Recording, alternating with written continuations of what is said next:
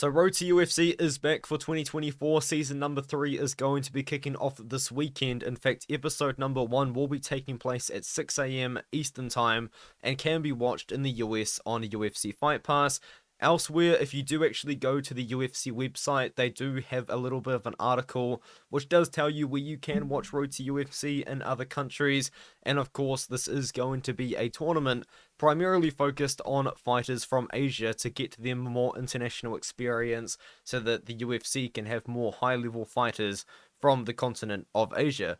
Kicking off this one is going to be some women's strawweights as well as some men's featherweights, and I'll be honest, I feel like Road to UFC is always very hard to predict, especially round number 1, because tape study can be quite hard to find on a lot of these fighters, which I will mention as I do go through. But if you don't understand what Road to UFC is, what it is it is a tournament. Think of it as Dana White's Contender Series, but instead of having to win one fight, you have to win 3 fights in an 8-person bracket. So there's 8 people in one weight class, and then it gets reduced down to 4, and then 2 in the finals. And this is going to be round number 1, so I guess the bracket of 8 people.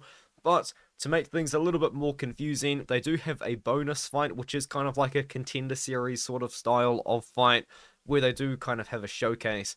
And sometimes fighters who win these fights do win a contract to the UFC, but these are not part of the tournament. They're a little bit of a side sort of thing to kind of showcase some fighters. And this is going to be the showcase bout of episode 1, the first bout of season number 3. It is Bahatebole Batebolati fighting Xiaocan at 170 pounds. And Batebolati was actually on the show last year. He had the fight against Miki, which he won by DQ because he was knocked out, but Miki hit him in the back of the head, and then he pulled out of his semi-final, I should say, and here he is now. He's going to be fighting Xiaocan. Xiaocan is a guy from the Korean Zombie team, Korean Zombie MMA, and he seems to be Korean Zombie's prospect at 170 pounds. And he did have a very good showing a couple of years ago on season number 1 against John Adajar. And to be honest with you, I thought that the UFC were going to sign him off that, but they didn't. So instead he had to fight Taiyaki Noraji last year, and unfortunately he did lose. But Taiyaki looked really good, and is definitely a prospect to keep your eye on. Xiaocan is a striker with a lot of power. I know he does have a submission win over John Adajar, but he doesn't really submit people for the most part. He does just kind of try and focus on knocking you out. Bahatebole is kind of an interesting sort of fighter because he strikes, but he wrestles at the same time. His style is kind of hard to really pick up on because he just kind of doesn't really win. Like, I thought he lost against Ryan Leninger. And I thought that Miki got pretty unlucky with the back of the head call as well for the disqualification, in my opinion, too. But what we do see out of Bahatebole is he is mostly a striker that throws a lot of kicks. But I think that Xiaocan, especially at 170 pounds, is going to be a lot bigger than him. Xiaocan is not a small guy for the weight class. He does have a lot of power. And I do think that Xiaocan is actually going to be the better, more high-volume striker. I guess Batebolati probably does have better technique.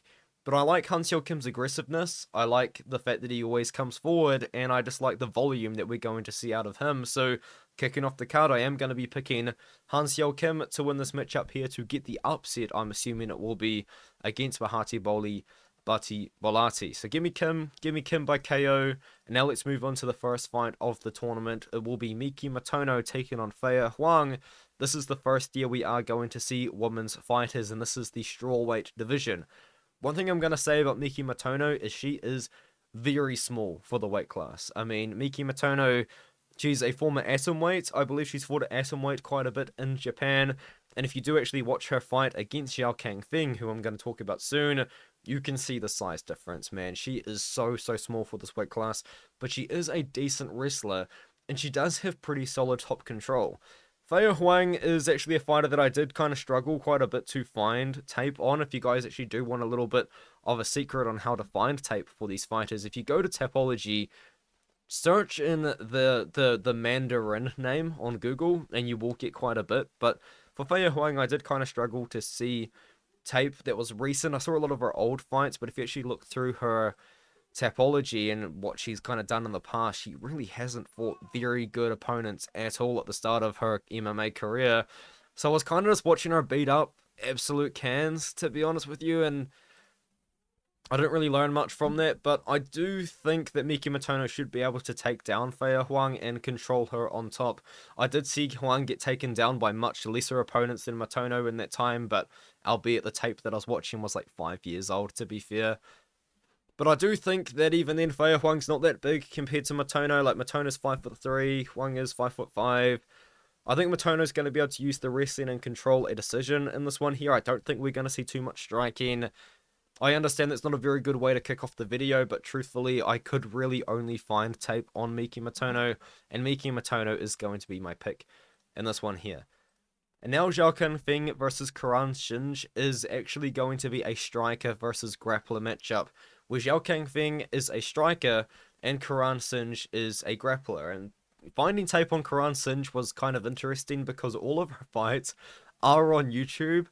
But the whoever's been doing her fights, or I guess the promotion that she's been fighting for, kind of has just kind of wrapped up every individual fight and uploaded them individually as highlights, and then you're watching the tape and all of a sudden it's like a slow-mo of her doing something, which can be kind of funny to watch, I'll be honest. But Kiran Singh, what she is she is a grappler. She wants to get the fight down to the ground, and I was actually watching her fights and I was thinking, wow, she's actually quite good.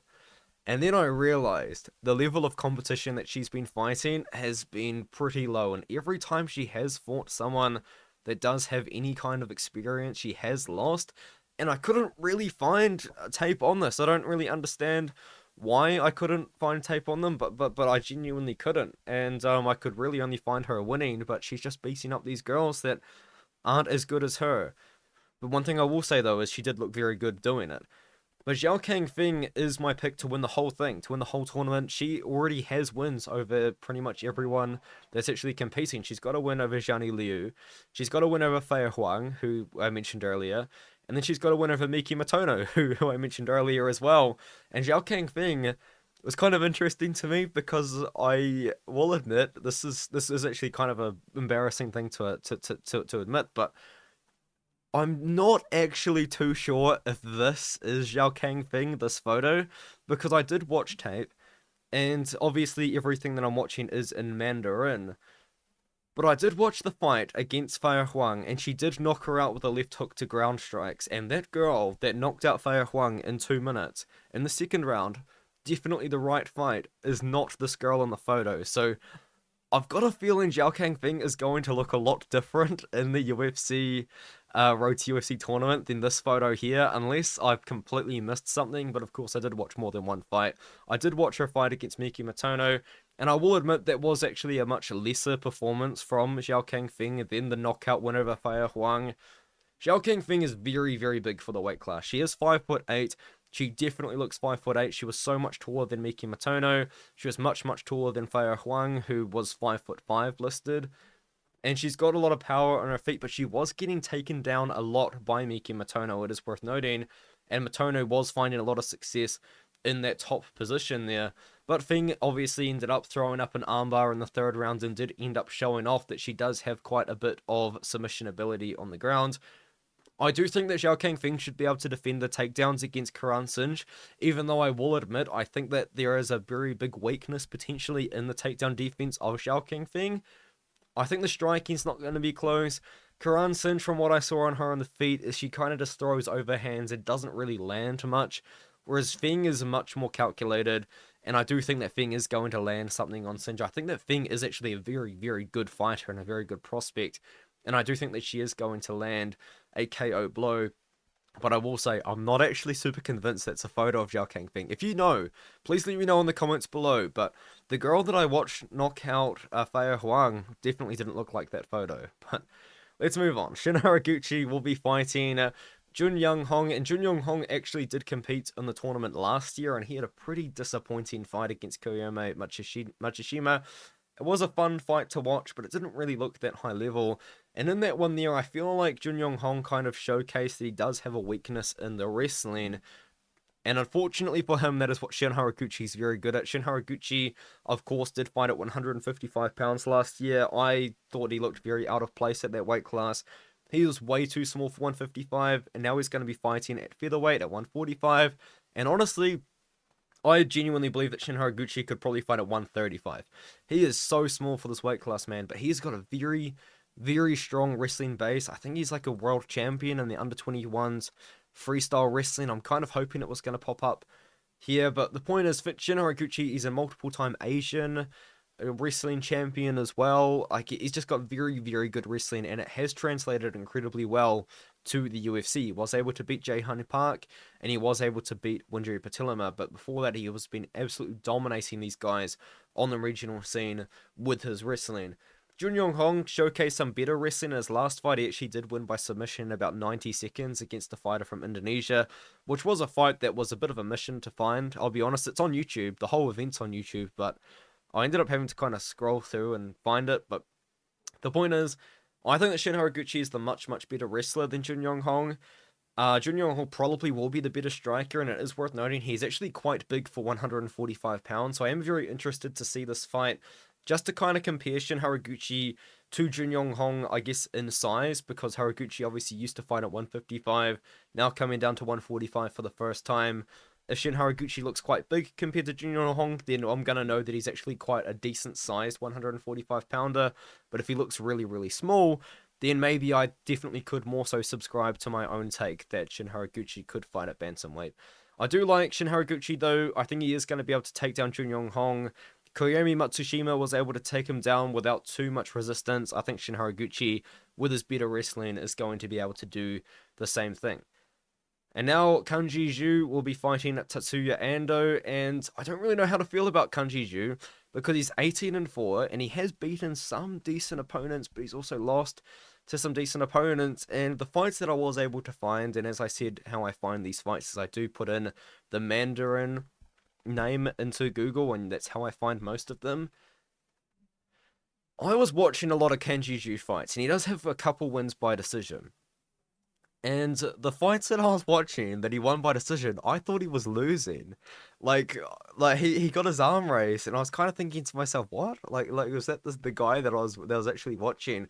Because Kangjie Zhu, he's very, very low volume as a striker, and he doesn't have any takedown defense whatsoever. So he's kind of an odd sort of fighter to watch for me because he's got that 18-4 record, which is very impressive, but he doesn't really do anything for me, you know what I mean? Like, he doesn't really throw that much volume.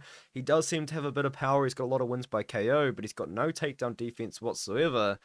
And I've seen him controlled for a lot of the fights. Like, he just doesn't really seem to have a lot of aggression, whereas I feel like Tatsuya Ando is the complete opposite. If you actually go out there, you can find this fight on One Championship's YouTube channel. Tatsuya Ando's win over Ali Muhammad is probably one of the better fights you'll ever see. There was an absolute war in the first round. Tatsuya Ando eats the most flush head kick I think you've ever seen, and then comes back in the second round to win. I have no idea how this guy has a chin that good. That guy took so much damage in that fight, and if you do just kind of look through in general, he has beaten some very, very high level competition in Japan fighting for Shuto. Ando was a striker, for sure. He does have submission wins, but I would not describe Ando as a grappler too much from what I did see. And I think he's going to be much higher, much higher volume than Kangjie Zhu. I think he's got more power than Kangjie Zhu. One thing that I do kind of worry about with Ando is I know for sure he's going to be very small for this weight class because this is featherweight. He's a former bantamweight, and even then in some of the fights that I was watching of his, he was looking quite small even for bantamweight. So I do think that coming up to 145 is an interesting sort of move, but maybe it's just because it's a tournament and he doesn't really want to cut weight, and maybe he does find the weight cut quite hard, but I don't know. I'm kind of looking at Ando and thinking he's going to be way too small for 135, but I do think he should be able to beat Kangjie Zhu just because from what I did see out of Kangjie Zhu is low volume striking, poor takedown defense, and what I saw out of Tatsuya Ando was high volume, high power, all out. Like, this guy is a fun fighter to watch, man. They're kind of polar opposite sort of styles. I'm going to pick Tatsuya Ando to win by KO, but once again, man, like, I just kind of feel like maybe I don't know. I don't know. I just feel like I was definitely watching the right fights. Definitely watching the right fights. But he's winning these fights, and I'm like, how's he doing it? It's kind of very weird style. Let me know what you think in the comments below. Do you think I'm an absolute idiot with some of the takes that I've had? But I do struggle to find tape a lot on a lot of these fighters, but I was able to find tape on everyone for this episode, which was fun, which was good. But I do like Ando to win that main event by KO, and I'll see you guys in episode 2 predictions.